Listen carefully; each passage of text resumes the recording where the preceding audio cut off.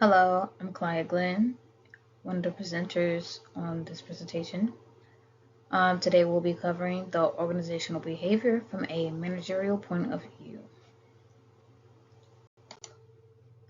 About our interviewee, the manager that we ended up interviewing for this project was Mr. Lucius Glenn Sr., a site leader manager at Owens Corning, located in Houston, Texas. Owens Corning is an American company that develops and produces insulin, roofing, and fiberglass composites. It is now one of the world's largest manufacturer of fiberglass composites. Today in this presentation, together we'll be learning about Mr. Glenn's experiences as a manager and the contributions that he made in his managerial role. The first topic we are going to cover today is learning in the workplace. One of the main challenges for managers is ensuring that their employees stay well informed about the qualifications needed for the job. Workplace learning allows current employees to grow, advance their knowledge, and pursue opportunities to advance their position within the company. By promoting learning in the workplace, managers can improve employee development and contribute to the overall success in the company.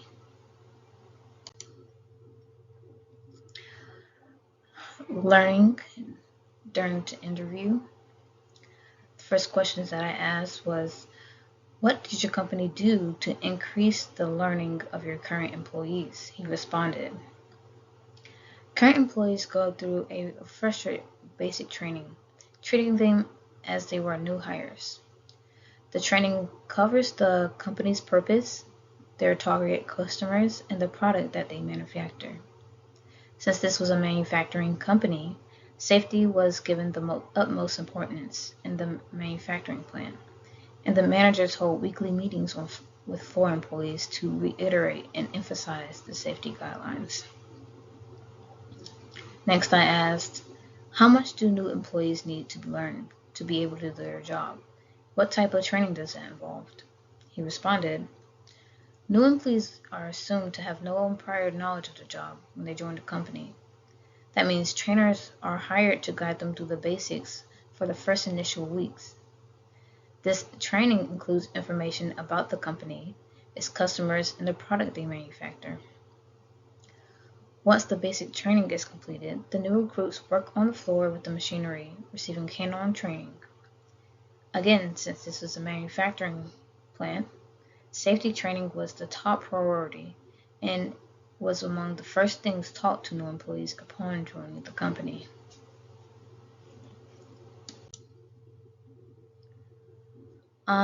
Lastly, I asked him, do you continuously learn something new on the job? If so, what? Mr. Glenn responded, yes, till the day you die. Since things change every day, it is necessary to learn every day and embrace change so you don't get left behind. As a site leader at Owens Corning, out of all the things he learned, the most important part of being a manager was the people.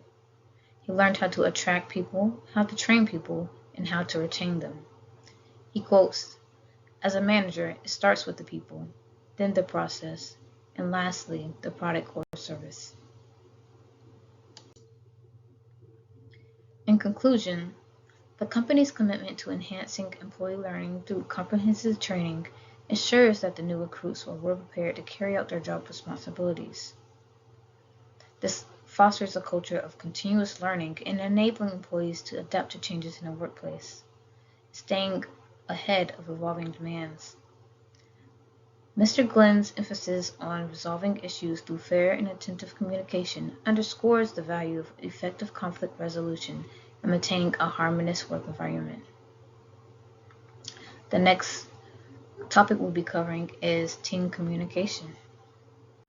So the next subject that we made was team communication.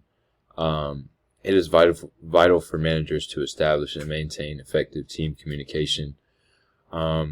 What this basically means is that it's just the exchange of information, passing on words or anything such as a text message, email, video conference, anything like that to get your point across to your team.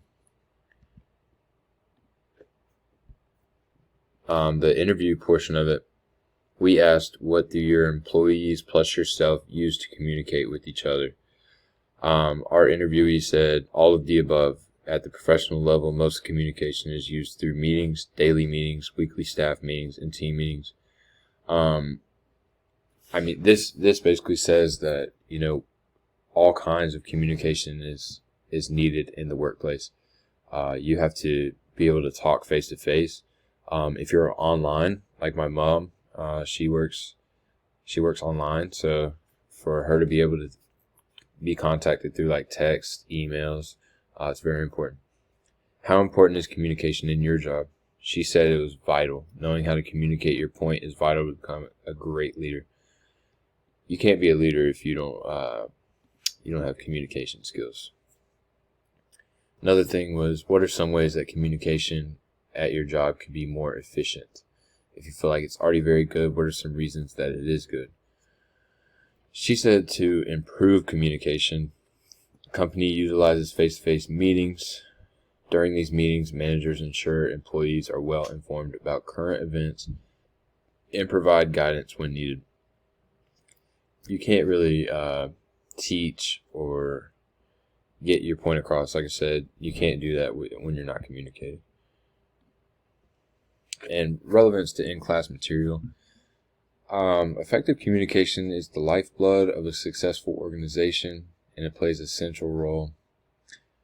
The use of various communication channels, including face-to-face, text message, Zoom calls, ensures that information is conveyed efficiently and accurately. Like I said, without communication, you're not going to be on the same page. You're not going to know what's what in the workplace. Next, we did job performance. Mostly the tracking of job performance, of course. One of the significant responsibilities of managers is to monitor and improve employee job performance in the workplace. So, as a manager, you want to know if your people are on task, if they're doing the right thing. And this, you can do that by managing it, watching, tracking how they do. I'm on the football team here. If I start doing worse, they're tracking, they're telling me, what I'm doing good, what I'm doing wrong. This keeps everyone going, keeps everyone performing efficiently. The interview part.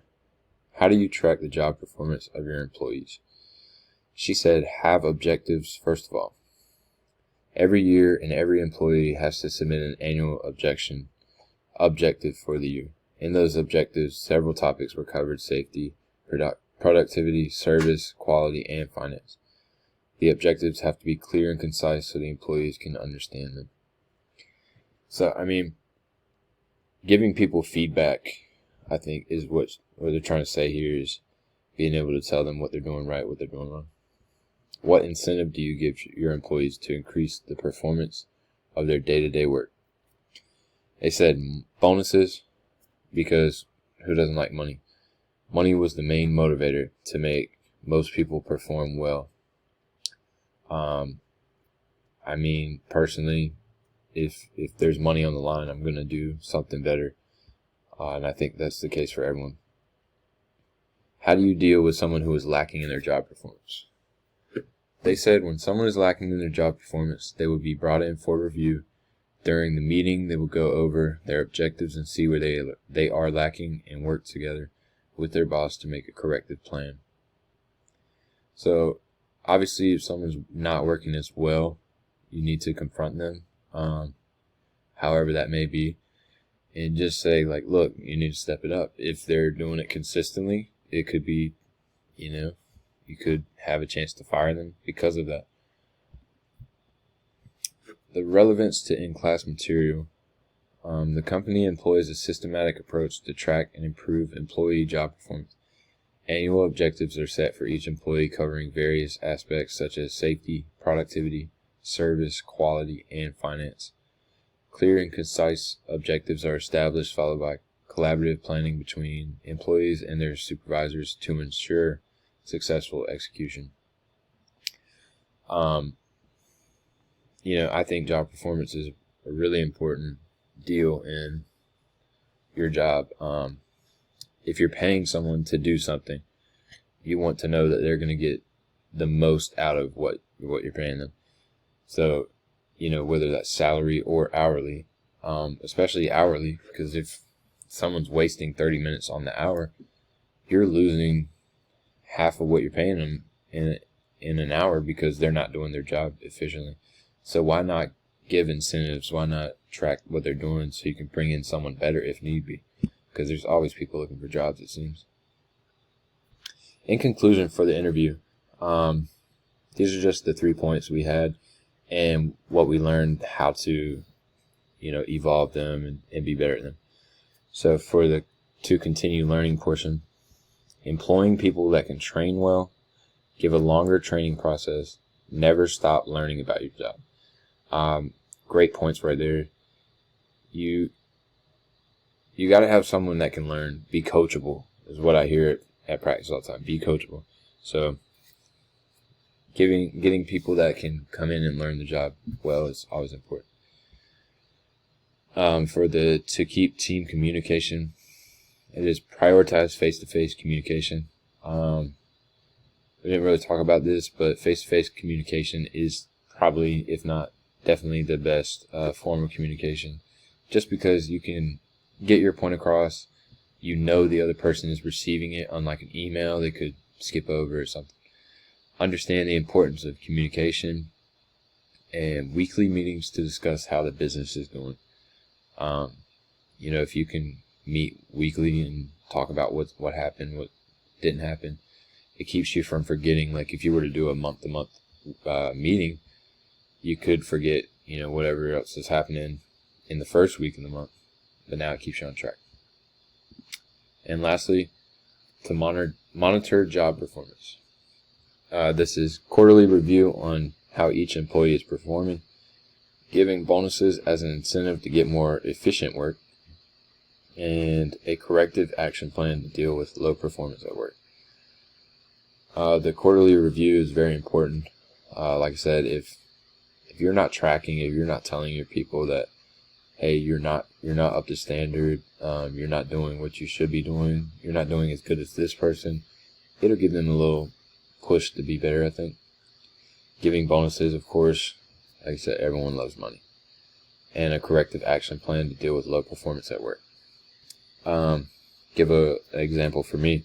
If someone on the football field is lacking, coaches have a chance to talk to them, tell them, hey, you need to step it up, you need to do this to get better. If they aren't going to do that, and they don't follow this corrective action plan, then there's our terms to be cut and released from the team. So, like I said, there's always someone behind you. Most of the time, no one is indispensable. So if you can't get your job done, someone else will. But this is what we got for our project, and thank you for watching.